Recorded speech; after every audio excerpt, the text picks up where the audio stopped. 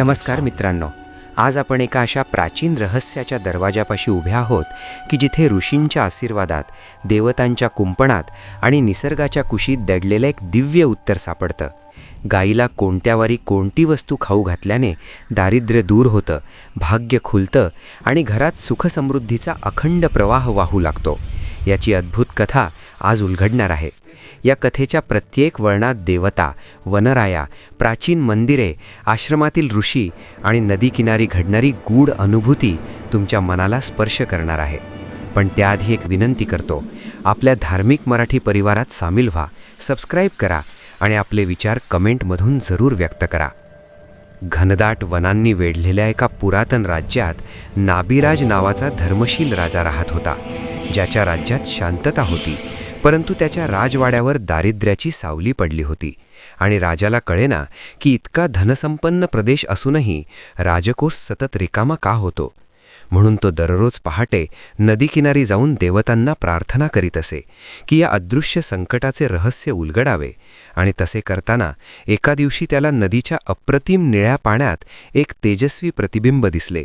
जणू एखादी दिव्य मूर्ती त्याच्याकडे चालत येत होती. आणि त्या तेजातून एक सुरेख स्वर ऐकू आला की हे नाभिराजा, चिंता सोड आणि वनाच्या मध्यभागी असलेल्या ऋषी शांतरस यांच्या आश्रमात जा. तिथे तुला सर्व प्रश्नांची उत्तरे मिळतील. तेव्हा राजा तत्काळ घोडागाडीत बसला नाही, तर पायीच वनाच्या दिशेने निघाला. कारण त्याला जाणवत होते की या मार्गाने चालताना त्याचे मनच नाही, तर त्याचे संपूर्ण जीवन परिवर्तन पावणार आहे. वनात पक्ष्यांच्या लयबद्ध किलबिलाटात, झाडांच्या सावलीतून जाणाऱ्या गार वाऱ्यात आणि ओघळणाऱ्या वेलींमधून वाहणाऱ्या सुगंधात त्याला एका प्राचीन जगाचे आमंत्रण मिळत होते. आणि अनेक तास चालल्यानंतर त्याला एका विशाल वडाच्या झाडाखाली आश्रम दिसला, जिथे ऋषी शांतरस अग्नीसमोर बसून मंत्रोच्चार करीत होते. त्यांच्या डोळ्यात अनंत विश्वाचे ज्ञान दडले होते. आणि राजा त्यांच्या चरणी पडताच ऋषींनी हातावरून मायेने फिरवत विचारले की नाभिराजा, तू का व्याकुळ झाला आहेस? राजाने संपूर्ण संकट सांगितले की राज्य समृद्ध असूनही, धान्य, सोने, पशुधन सर्व असूनही राजवाड्यावर गरीबपणाची छाया सोडत नाही. आणि त्याला जाणून घ्यायचे होते की देवीचे कोणते संकेत अपूर्ण राहिले म्हणून अशी अवस्था उद्भवली. त्यावर ऋषींनी डोळे मिटून दीर्घ श्वास घेतला आणि म्हणाले, हे नाभिराजा, प्रत्येक वारी गायीमध्ये वसणाऱ्या शक्तींचे पूजन वेगळे असते आणि योग्य वाराला योग्य वस्तू अर्पण न केल्यास धनलक्ष्मीचा प्रवाह थांबतो. तू गायीचे पूजन करतोस, पण वारानुसार योग्य दान नाही, म्हणून घरात दारिद्र्य प्रवेश करते. मग राजा अचंबित होऊन म्हणाला, गुरुदेव, मी रोज गायीचे पूजन करतो, तिला गवत, पाणी, धान्य सर्व देतो, तरी कोणती चूक राहिली? ऋषी सौम्य स्मित करत म्हणाले, तुझे पूजन योग्य आहे, पण गायीला कोणत्या वारी कोणते अन्न द्यायचे याची प्राचीन नियमावली तुला ठाऊक नाही, आणि हेच तुझे संकट आहे. या वनातच एक प्राचीन गोशाळा आहे, जिथे दिव्य गोमाता सर्व वारांची रहस्य सांगतात. आज संध्या होत आली आहे, म्हणून तू उद्या पहाटे त्या गोशाळेकडे जा. या मार्गावर तुला अनेक परीक्षा येतील, पण घाबरू नको, कारण हा मार्ग तुला तुझ्या नियतीकडे घेऊन जाणार आहे. असे म्हणत ऋषींनी राजाला आशीर्वाद दिला आणि त्याच्या कपाळावर चंदनाचे तिलक लावले. त्या तिलकातून जणू एक अद्भुत शक्ती शरीरात प्रवेशली आणि राजाच्या मनात पहिल्यांदाच आशेचा दिवा प्रज्वलित झाला. पहाटेच्या पहिल्या किरणांनी वनावर सुवर्ण झळाळी पसरवली तेव्हा नाभिराजा आश्रमातून बाहेर पडला आणि ऋषींनी दाखवलेल्या दिशेने तो पुढे निघाला. समोरच्या वाटेवर दाट धुके पसरले होते आणि त्या धुक्यातून वृक्षांची उंच सावली जणू प्राचीन देवालयांसारखी उभी दिसत होती. चालता चालता त्याला जाणवले की जंगल जिवंत आहे. प्रत्येक पान, प्रत्येक फांदी, प्रत्येक वाऱ्याची झुळूक त्याच्याशी काहीतरी बोलत आहे. अचानक वाटेत एक खोल दरी आली आणि त्या दरीपलीकडे जाण्यासाठी एक जुनाट लाकडी पूल होता. पुलाखाली फेसाळणारे पाण्याचे प्रचंड वेगाने वाहणारे प्रवाह गर्जना करत होते. त्यावर पाऊल ठेवताना त्याच्या हृदयाची धडधड वाढली, परंतु त्याने धैर्य एकवटले आणि सावकाश चालत पूल पार केला आणि एक दीर्घ श्वास सोडत पुढे निघाला. काही अंतर चालल्यावर त्याला एका प्रचंड कड्याखाली एक प्राचीन शिलालेख दिसला, ज्यावर गायीचे विविध रूपात कोरीव चित्र होते. सोमवारच्या दिवशी गायीच्या कपाळावर चंदन लावणारा भक्त, मंगळवारी गायीसमोर लाल फुले चढवणारा, गुरुवारी गायीला गूळ व तूप अर्पण करणारा असे अनेक दृश्ये त्या शिलालेखावर उमटलेली होती. राजा थपकून ते सर्व पाहू लागला आणि त्याच्या मनात ऋषींच्या शब्दांची आठवण पुन्हा गुंजली की वारांनुसार अर्पण बदलते, हे संकेत निसर्गच देत असतो. शिलालेखाजवळील दगडी दिवट्यात न भरणारा दिवा शांतपणे जाळत होता आणि त्याचा धूर आकाशाकडे जाताना एक विलक्षण आकार धारण करत होता. जणू त्या धुरातून कोणते तरी चेतावणीचे चिन्ह निर्माण होत होते. तरी राजा त्याकडे न बघता पुढे निघाला, कारण त्याला माहीत होते की त्याची खरी परीक्षा अजून बाकी आहे. थोड्या वेळाने जंगल विरळ होऊ लागले आणि दूरवरून हंबरडा ऐकू आला, जणू कोणती तरी गाय कुणाला पाचारण करत आहे. राजा त्या आवाजाकडे चालू लागला आणि शेवटी एका उंच टेकडीच्या पायथ्याशी तो पोहोचला. टेकडीवर गुंफांसारखी रचना होती आणि त्यात एका विशाल गोशाळेचा प्रवेशद्वार दिसत होता. दगडी कमानीवर कोरलेले होते की येथे गोमातेचे प्राचीन निवासस्थान आहे आणि या द्वारातून आत जाणारा प्रत्येक जीव त्याच्या अंतःकरणाचे शुद्धीकरण करूनच बाहेर येतो. राजा आदराने त्या कमानीसमोर उभा राहिला, दोन्ही हात जोडले आणि मंदपणे पुढे सरकला. आत प्रवेश करताच त्याला थंडगार वारा स्पर्श करून गेला आणि क्षणभर त्याला जाणवले की जणू काळच थबकला आहे. गोशाळेच्या मध्यभागी एक तेजस्वी पांढरी गाय कमळांच्या साठ्यावर उभी होती. तिच्या नेत्रांत अनंत शांतता आणि करुणा झळकत होती आणि तिच्या आसपास दिव्य प्रकाश पसरला होता. राजा तिच्या चरणी नम्रतेने बसला आणि म्हणाला, हे मातेश्वरी, माझ्या राज्यावर पडलेली दारिद्र्याची छाया दूर करण्याचा मार्ग मला दाखवा. तुमच्या सानिध्यात मला सत्य कळो. गाय मंद आवाजात हंबरली आणि तिच्या आवाजात एक चमत्कारिक लय होती, जणू मंत्रच उमटत होते. त्या लयीतूनच एक गूढ संदेश राजाच्या अंतःकरणात उतरू लागला आणि त्याला जाणवत होते की आता खरी दिव्यता उलगडण्याची वेळ जवळ आली आहे. कारण ती गाय साधी नव्हती, ती वारांचे रहस्य धारण करणारी दिव्य गोमाता होती. घोषाळेतील दिव्य शांततेत उभा राहिलेल्या नाभिराजाच्या अंतःकरणात अनेक प्रश्नांचे प्रवाह उसळत होते आणि त्याच्या नजरेसमोर उभ्या असलेल्या तेजस्वी गोमातेचे रूप जणू आकाशातील चंद्रप्रकाशासारखे कोमल भासत होते. तिच्या भोवती सुवर्ण तेजाचा वलय पसरला होता आणि त्या प्रकाशात हजारो वर्षांचे प्राचीन ज्ञान लपलेले असल्याचा भास होत होता. गाय हळूहळू पुढे सरकली. तिच्या खुरांच्या आवाजाने गोशाळेच्या दगडी भिंती थरथरल्या आणि त्या ध्वनीत जणू प्रार्थनांची मालाच दडलेली होती. मग तिने तिचे विशाल नेत्र उघडले आणि त्यातून प्रकट झालेला दयामय तेज नाभिराजाच्या मानगुटीवर जसा उतरला तशी त्याला अंगभर रोमांच उठले आणि तो तिच्या चरणी अधिकच झुकला. मग त्या दिव्य गोमातेने मंद हंबरडा काढला आणि अचानक गोशाळेतील वातावरण बदलू लागले. दगडी मजलावर प्रकाशाची वलये तयार झाली. त्या वलयात विविध वारांची चिन्ह उमटू लागली.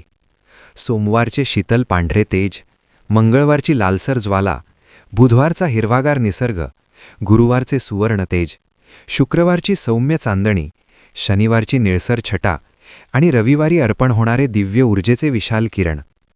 नाभिराजाच्या डोळ्यात ही सर्व दृश्ये भरून आली आणि गोमातेकडून प्राचीन स्वर फुटला की हे राजा, वारांचे तत्व कळल्याविना कोणीही खऱ्या अर्थाने धनलक्ष्मीच्या अनुग्रहास पात्र होत नाही. तू आज येथे आला आहेस म्हणून तुझ्यावर या ज्ञानाचे दार उघडत आहे. ऐक, सोमवारच्या दिवशी गाईला शुद्ध तांदळाची मूठ अर्पण केली तर घरातील रोगपीडा दूर होते, कारण सोमवरील चंद्रदेवाची शांती गायीमध्ये वसते आणि तिच्या आशीर्वादाने मन स्थिर होते. मंगळवारी गायीच्या समोर लाल फुले ठेवल्यास भूमातेचा प्रसाद मिळतो आणि संपत्ती वाढते. बुधवारी गायीच्या चरणी हिरवे गवत स्वतःच्या हाताने ठेवले तर व्यापारी मार्ग सुकर होतात. गुरुवारी गायीला गूळ आणि तुपाचा स्वाद चाखविला तर गुरुग्रहाचा आशीर्वाद मिळतो आणि बुद्धी, संतती आणि भाग्य वृद्धिंगत होते. शुक्रवारच्या दिवशी गायीला तिच्या आवडीचे पान किंवा फूल अर्पण केले तर सौभाग्य, घरातील स्त्रियांची शांतता आणि प्रेम वृद्धिंगत होते. शनिवारी गायीसमोर काळे तीळ आणि पाणी ठेवल्यास शनिदोष कमी होतो आणि अडथळे बाजूला जातात. रविवारी गायीच्या पाठीवर स्निग्ध तेलाचे काही थेंब घासल्यास सूर्यदेवाची ऊर्जा मिळते आणि या ऊर्जेमुळे घरातील अंधार, दुर्भिक्ष आणि दारिद्र्य पूर्णपणे दूर होते. या सर्व नियमांची जपणूक केली तर तुझ्या राज्यावर आलेली छाया नाहीशी होईल. हे ऐकून नाभिराजा थरथरला, कारण त्याला जाणवले की हे ज्ञान केवळ अर्पणांचे नव्हते तर सृष्टीच्या 7 दिवसांच्या शक्तींचे रहस्य होते आणि त्या शक्तींचा केंद्रबिंदू म्हणजे गाय, तीच पृथ्वीमातेचे सगुण रूप, तीच देवतांच्या ऊर्जांचे चलंत मंदिर. मग गोमातेच्या पायाजवळून एक प्रकाशकिरण उठला आणि राजाच्या कपाळावर पडला. त्यासोबत एक दिव्य मंत्र राजाच्या कानी पडला, ज्याचा अर्थ होता, तू आता सिद्ध झालास, पुढील परीक्षा स्वीकार. राजा नम्रतेने म्हणाला, हे मातेश्वरी, मी तुमच्या मार्गदर्शनाचे पालन करीन, परंतु मला सांगा की माझ्या राज्यातील लोकांसाठीही हे ज्ञान कसे उपयुक्त ठरेल. तेव्हा गोमातेने हलकेच डोके हलवले आणि तिच्या आवाजात आले, हे ज्ञान केवळ राजांसाठी नसते. गायिके पूजन हे सर्व जनांसाठी समान आहे. जो कोण वारानुसार तिचा सन्मान करतो त्याला तिचा आशीर्वाद मिळतो. आता तू परत जा, पण सावधान, या गोशाळेतून जाणाऱ्या मार्गावर अनेक माया उभ्या राहतील आणि त्या तुझी श्रद्धा तपासतील. ते पार केल्याशिवाय तू हे ज्ञान राज्यात नेऊ शकणार नाहीस. हे ऐकून नाभीराजाचे हृदय धडधडू लागले. तरी त्याने गाईला वंदन केले आणि मागे फिरू लागला. गोशाळेतून बाहेर पडताच दार आपोआप बंद झाले आणि त्या दारातून दिव्य प्रकाश बाहेर झिरपू लागला. राजाने शेवटच्या वेळेस त्या कमानीकडे पाहिले आणि निघाला. बाहेर येताच जंगल पुन्हा जिवंत झाले. झाडांच्या सावल्या हलू लागल्या आणि त्याला जाणवले की समोरचा मार्ग आधीपेक्षा अधिक गूढ आणि धोकादायक आहे. तरी पावले पुढे जात होती, कारण त्याच्या मनात गोमातेकडून मिळालेल्या ज्ञानाची ज्वाला तेजाने पेटली होती आणि आता त्याला कोणतीही अडचण थांबवू शकणार नव्हती. गोशाळेचे दार मागे बंद होताच नाभीराजाच्या सभोवते दाट धुके पसरू लागले आणि त्या धुक्यातून निर्माण होणारे विचित्र आकार जणू त्याला वेढू लागले. त्यांच्या कुजबुजण्यासारख्या आवाजात भीतीचे सावट होते. तरीही राजाच्या अंतःकरणात गोमातेकडून मिळालेल्या आशीर्वादाचे तेज असल्यामुळे तो ढळला नाही आणि तो पुढे चालत राहिला. काही अंतरावर गेल्यावर दाट झाडांच्या मध्ये एक अरुंद वाट दिसली. त्या वाटेवर लखलखणारी कुंद प्रकाशरेषा जणू मार्ग दाखवत होती. ती प्रकाशरेषा कोणत्याही दिवट्यातून नव्हे तर स्वयं निसर्गातून जन्मलेली होती.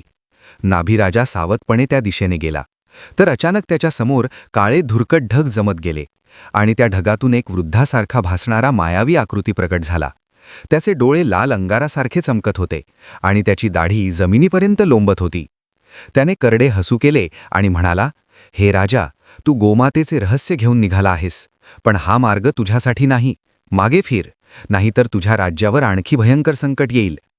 हे ऐकून नाभीराजा शांतपणे त्याच्याकडे पाहू लागला. त्याच्या चेहऱ्यावर भीतीचा किंचितही रंग नव्हता. तो म्हणाला, मी गोमातेकडून मिळालेले ज्ञान घेऊन जात आहे. हे ज्ञान माझ्यासाठी नाही तर माझ्या संपूर्ण जनतेसाठी आहे. कोणतीही शक्ती आता मला थांबवू शकत नाही. त्या शब्दांसह त्याच्या कपाळावर गोमातेकडून मिळालेल्या प्रकाशाचे वलय अधिक तेजाने झळकले. मायावी आकृती त्या तेजाने मागे हटली आणि अचानक धुरामध्ये विलीन झाली. राजा पुढे गेला तर समोरच एक विशाल वृक्ष आडवा पडल्यासारखा रस्ता अडवून उभा होता. त्याच्या खोडावर विचित्र चिन्हे कोरली होती. त्या चिन्हांतून निळसर प्रकाश वाहत होता आणि झाड स्वतः जिवंत असल्यासारखे हालचाल करत होते.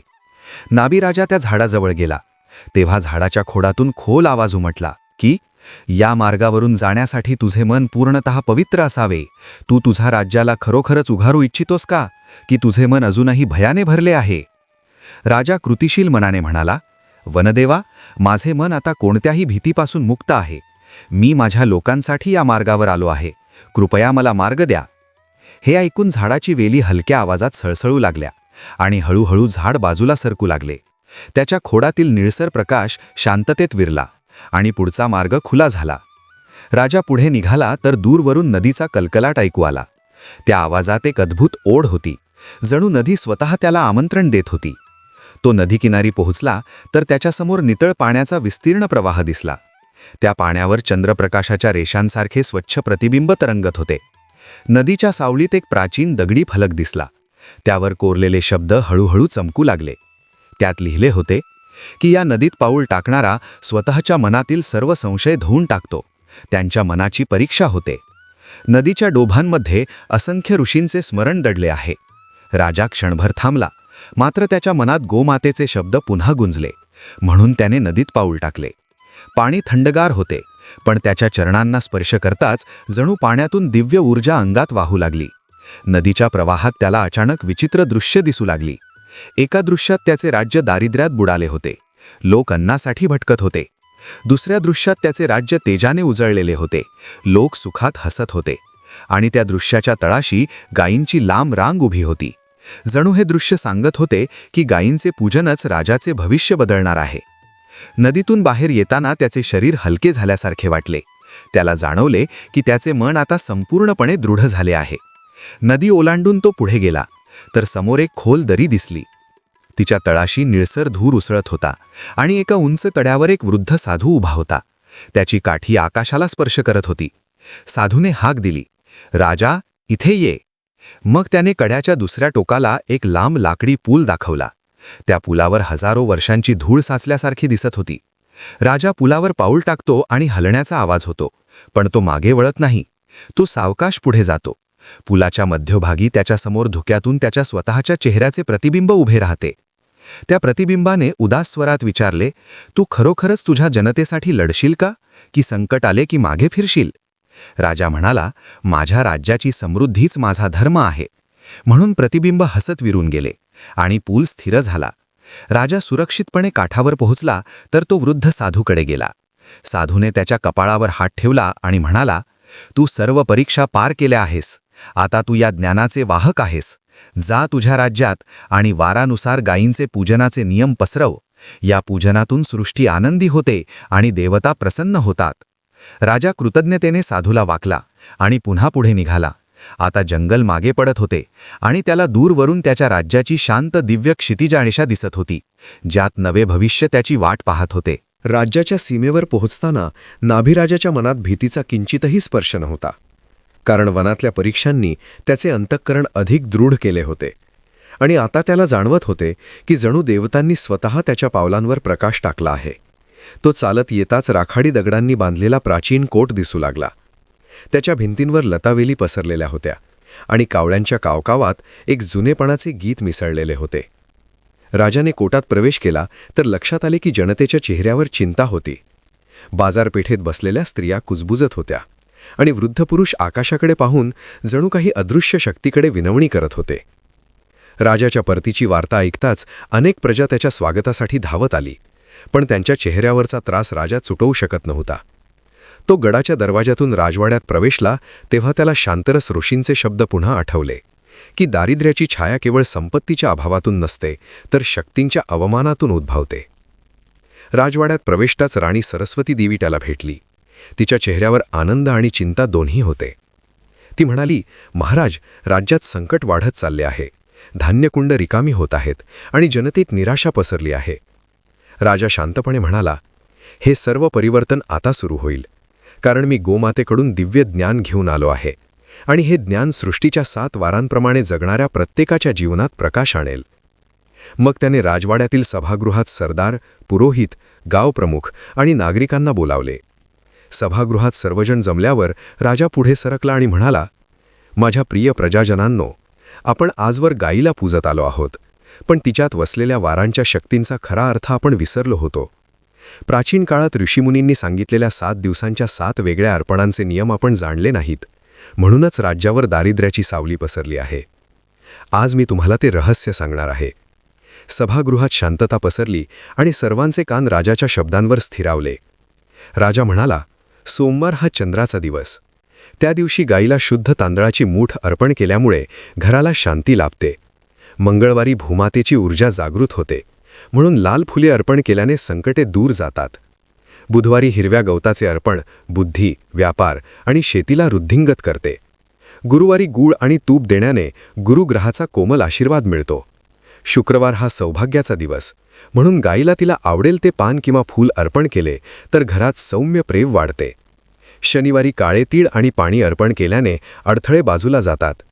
रविवारी सूर्यदेवाचा तेजस्वी कृपावर्षाव मिळवण्यासाठी गायीच्या पाठीवर स्निग्ध तेलाचे काही थेंब घासले की अंधार हटतो. सभागृहातील प्रत्येक डोळा चमकू लागला, कारण हे ज्ञान त्यांनी कधी ऐकले नव्हते. राजा पुढे म्हणाला, "या नियमांचे पालन केल्यास देवतांची प्रसन्नता मिळते आणि राज्यातील दारिद्र्याचा अंधार कायमचा नष्ट होतो. आता आपण सर्व मिळून या पूजनाची सुरुवात करू.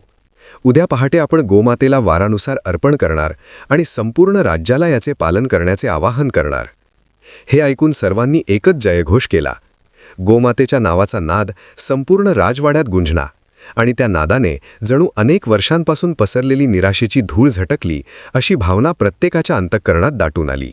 पहाटेचा गार वारा राजवाड्याच्या अंगणात फिरत होता आणि त्या वाऱ्यासोबत मंद घंटानादाचा कोमल स्वर गुंजत होता. जणू देवतांनी स्वतः त्या दिवसाला पवित्रतेचे वरदान दिले होते. कारण आज नाभिराजा आपल्या राज्यात पहिल्यांदा वारानुसार गोमातेच्या पूजनाची सुरुवात करणार होता. संपूर्ण राजवाडा, गावागावातील लोक, वाड्या, शेतकरी, स्त्रिया, वृद्ध सर्वजण उत्साहाने अंगणात जमले होते.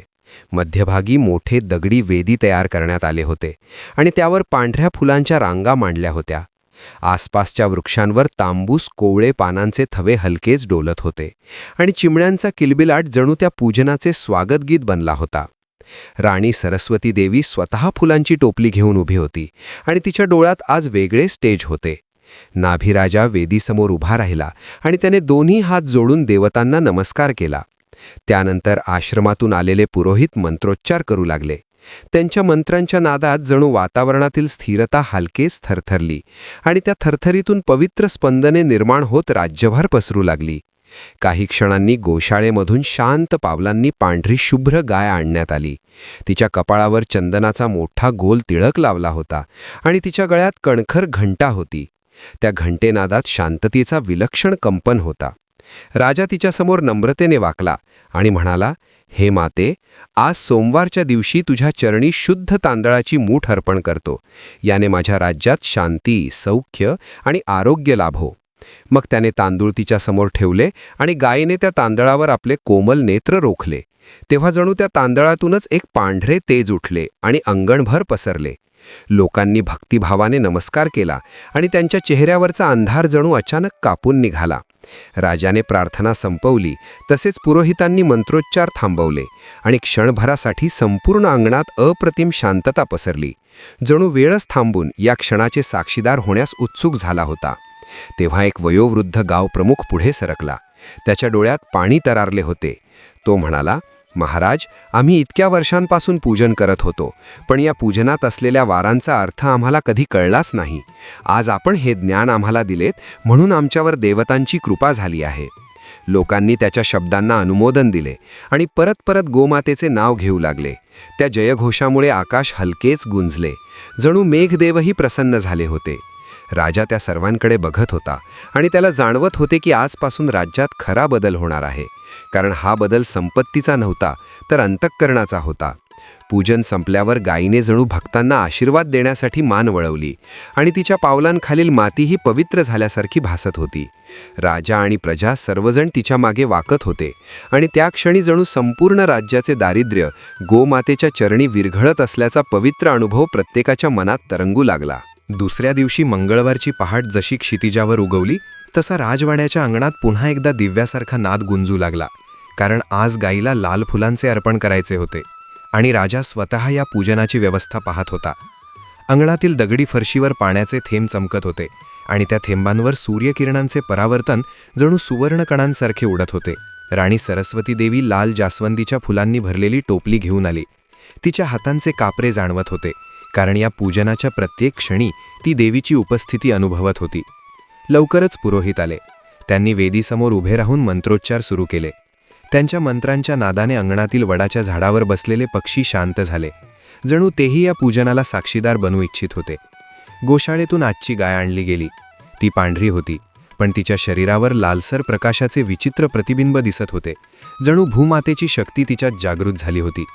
नाभिराजा तिच्या समोर उभा राहिला आणि म्हणाला, आज मंगळवार भूमातेचा दिवस आहे. आज लाल फुलांच्या अर्पणाने माझ्या राज्यातील संकटे दूर व्हावीत आणि आमची भूमी पुन्हा धान्याने समृद्ध व्हावी. त्याने फुलांची पहिली मूठ गायीच्या समोर ठेवली.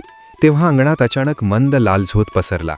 तेज इतकं कोमल होतं की जणू सकाळच्या उषः किरणांनी एक अद्भुत वस्त्र विणले होते. लोकांनी आश्चर्याने एकमेकांकडे पाहिले. काहींच्या डोळ्यात पाणी उभे राहिले, कारण हा दिव्य अनुभव त्यांनी कधी अनुभवलाच नव्हता.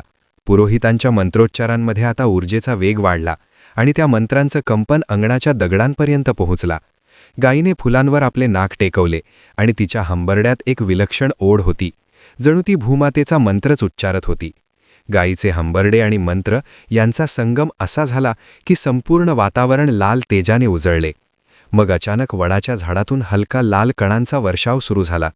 तो कण इतका सूक्ष्म आणि चमकदार होता की जणू वनदेवतांनी स्वतः पूजनावर वरदानाचा वर्षाव केला होता. हे दृश्य पाहून राज्यातील वृद्ध लोक रडू लागले, कारण त्यांच्या मते असा लाल तेजावर्षाव देवांची विशेष कृपा दर्शवतो. नाभीराजाने डोळे मिटले आणि भूमातेप्रती गाढ प्रार्थना केली की माझ्या जनतेचे कष्ट कमी होऊ दे, शेतात पिके उगवू दे, भूमीवरून दुष्काळाची छाया नाहीशी होऊ दे. त्याच्या प्रार्थनेचा स्पर्श जणू वाऱ्याच्या झुळकीत मिसळला आणि त्या झुळकीने गायीच्या अंगावरून लाल तेज पसरले. ग्रामीण स्त्रिया आपल्या कपाळावर हात ठेवून नम्रतेने झुकल्या, कारण त्यांना जाणवत होते की हा क्षण सामान्य नव्हे तर कल्पनातीत दिव्यता धारण करणारा आहे. काही क्षणांनी पूजन पूर्ण झाले. पुरोहित शांत झाले आणि गाय मंदपणे अंगणातून मागे सरकली. पण तिच्या मागे राहिलेली लाल प्रकाशरेषा हळूहळू विरत जाताना जणू संदेश देत होती की आजच्या अर्पणाने राज्याच्या भूमीत आशेचे बीज रोवले गेले आहे. राजा लोकांसमोर उभा राहून म्हणाला, हे मंगळवारचे पूजन भूमातेची शक्ती जागृत करणारे आहे. यामुळे आपल्या भूमीतील दुर्भिक्ष, जमीनफोड आणि पिकांचे नाश करणारी अदृश्य बलके दूर जातात. लोकांनी जयघोष केला आणि त्यांच्या आवाजात नव्या उत्साहाचा उन्मेष होता. पूजनानंतर राजा दर्शन करता वाड्यांच्या दिशेने गेला. त्याला प्रत्येक ठिकाणी लोकांच्या डोळ्यात आज एक नवीन चमक दिसत होती. स्त्रिया म्हणत होत्या, महाराज, आज आम्हाला असे वाटते की देवी स्वतः अंगणात उतरली होती. काही जण आपल्या मुलांना सांगत होते की असा दिवस पुन्हा येईल आणि आपले जीवन बदलून टाकेल. राजा सर्वांच्या मनातील आशा पाहून संतुष्ट झाला.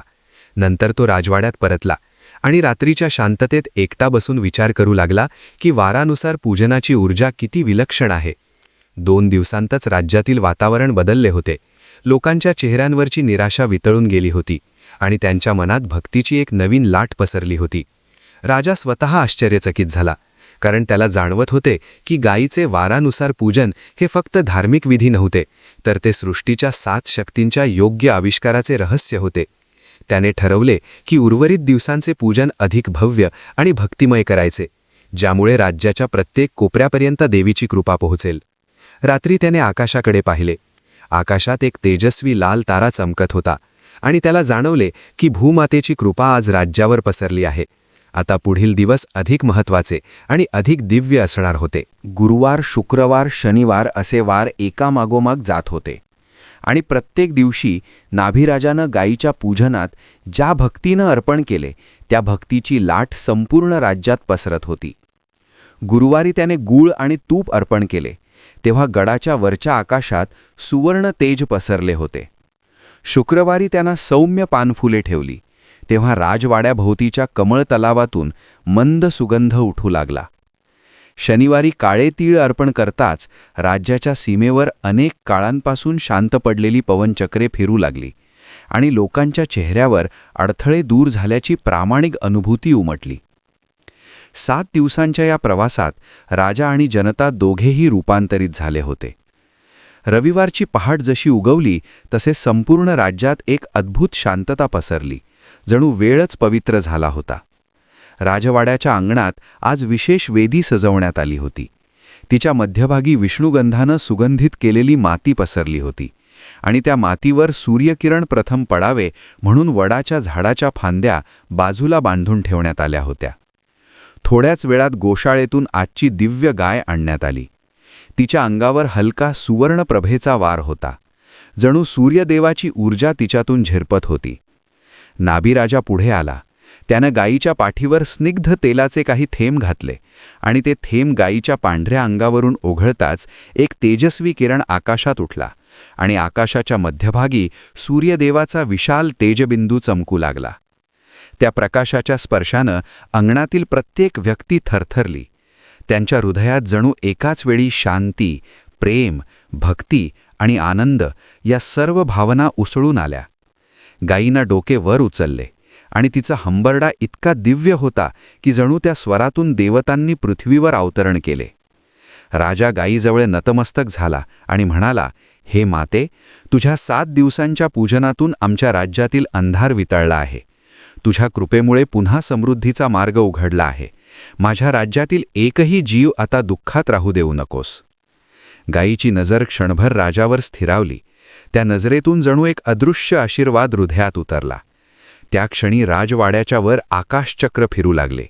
ढग फुटले आणि सुवर्ण प्रकाशाचा वर्षाव झाला. लोक आनंदाने रडू लागले. वृद्ध एकमेकांचे हात धरू लागले. स्त्रिया मुलांच्या कपाळावर हात ठेवून म्हणत होत्या, पहा, देवतांची कृपा कशी उतरत आहे. कधीही न उमलणारा राजवाड्याच्या बागेतील नागकेसर आज पहाटे उमलला होता आणि त्याचा सुगंध 3 कोसांवर पसरला होता. त्या क्षणी राज्यावरची दारिद्र्याची सावली संपूर्णपणे नाहीशी झाली होती. नाभिराजाच्या मनात कृतज्ञतेची भरती आली आणि तो म्हणाला, गायीचे पूजन हे केवळ देवतांचे आवाहन नाही, तर संपूर्ण सृष्टीच्या संतुलनाचे रहस्य आहे. आपण हे जपले तर आपले जीवन स्वतःच प्रकाशमान होते. मग त्यानं गायीजवळ मान टेकवली आणि ती हळूहळू मागे सरकली. सर्व लोक जमिनीवर वाकले. वातावरणात फुलांची सुवासिक झुळूक उसळली. दगडी भिंतीही जणू सौम्य प्रकाशानं उजळल्या आणि त्या प्रकाशात या 7 दिवसांच्या तपश्चर्येचे यश झळकत राहिले. अशा रीतीनं गायीच्या 7 दिवसांच्या पूजनानं दारिद्र्याचा अंधार संपून राज्यात नवजीवनाचे, सुखसमृद्धीचे आणि भक्तिभावाचे पवित्र युग सुरू झाले. आणि नाभिराजाचे नाव त्या काळात असं प्रसारित झाले की जो वार जाणतो तो संसार उजळतो, अशी वाणी पिढ्यानपिढ्या गुंजत राहिली. आजची कथा येथे पूर्ण झाली असली तरी तिचा अर्थ आपल्या जीवनात सतत प्रकाश देत राहील. कारण वारानुसार गायीचे पूजन ही केवळ एक प्रथा नाही, तर आपल्या पूर्वजांनी दिलेली अशी एक दिव्य मार्गदर्शक शक्ती आहे, जी घरातील अंधार दूर करून सुख, शांती आणि समृद्धीच्या दिशेनं प्रत्येक पाऊल समर्थ करते. ज्या भक्तांच्या घरात गायीचे सन्मानाने पूजन होते, त्या घरातील वातावरणात सौम्यता, शांती आणि देवतेची उपस्थिती जाणवते. आणि ही उपस्थिती मनाला स्थिर ठेवून कुटुंबाला एकत्र बांधते. त्यामुळे या कथेचा संदेश आपल्या अंतःकरणात जपून ठेवा आणि शक्य तितक्या भक्तिभावानं गायीला सन्मान द्या. देवतेचा आशीर्वाद सदैव तुमच्यासोबत राहो. आता तुम्हाला विनंती आहे की या कथेनं तुमच्या मनात भक्तीची एक नवी ज्योत पेटवली असेल तर आमच्या या पवित्र कार्याला साथ द्यावी. कारण तुमच्या समर्थनाचा हातच आम्हाला अधिक सुंदर, भावगर्भ, प्राचीन आणि दिव्य कथा घेऊन येण्याची प्रेरणा देतो.